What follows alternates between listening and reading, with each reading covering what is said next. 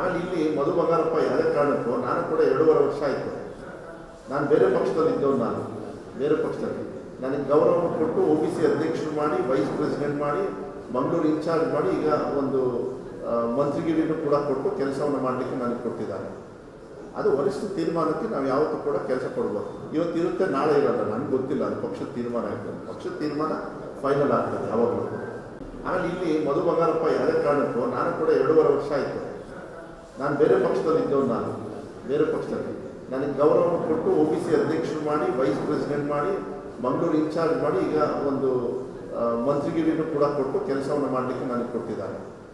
ಅದು ವರಿಷ್ಠ ತೀರ್ಮಾನಕ್ಕೆ ನಾವು ಯಾವತ್ತೂ ಕೂಡ ಕೆಲಸ ಕೊಡ್ಬೋದು. ಇವತ್ತಿರುತ್ತೆ, ನಾಳೆ ಇರಲ್ಲ, ನನಗೆ ಗೊತ್ತಿಲ್ಲ. ಅದು ಪಕ್ಷದ ತೀರ್ಮಾನ ಆಗ್ತದೆ. ಪಕ್ಷದ ತೀರ್ಮಾನ ಫೈನಲ್ ಆಗ್ತದೆ ಯಾವಾಗಲೂ.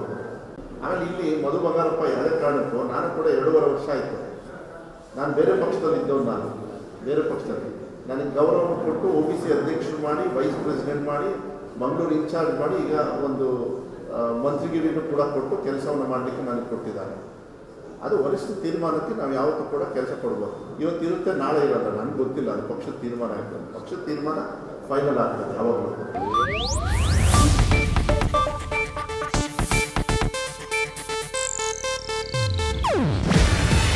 ಇದು ಏಷ್ಯಾನೆಟ್ ನ್ಯೂಸ್ ನೆಟ್ವರ್ಕ್ ಪ್ರಸ್ತುತಿ.